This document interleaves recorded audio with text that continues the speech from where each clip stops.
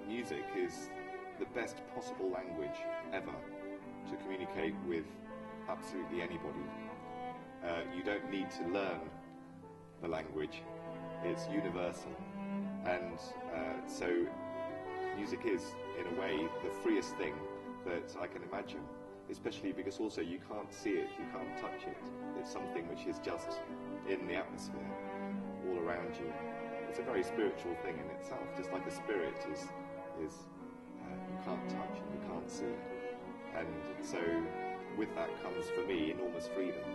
When I'm performing a piece of music, I feel that there are no barriers between myself and any kind of person that's listening.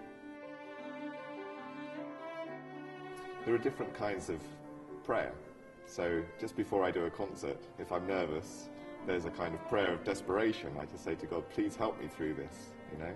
And then there's a kind of prayer where I have time, I can go into a room quietly at home, which is very hard at the moment with children who are 3 years old all around me.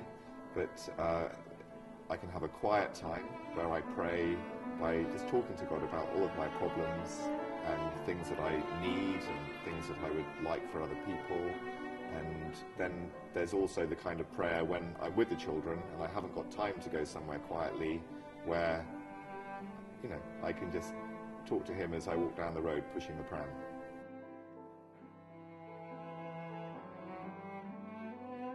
One of the things that St. Josemaría Escrivá has helped me to do is to in a very practical way, relate what I'm doing during the day to God.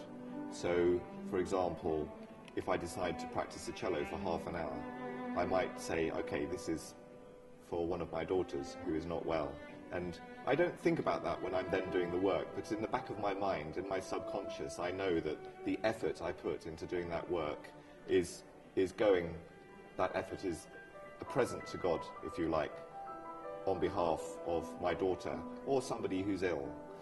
So throughout the day, if I remember to do that, it's a way of making a supernatural value out of the work that I'm doing.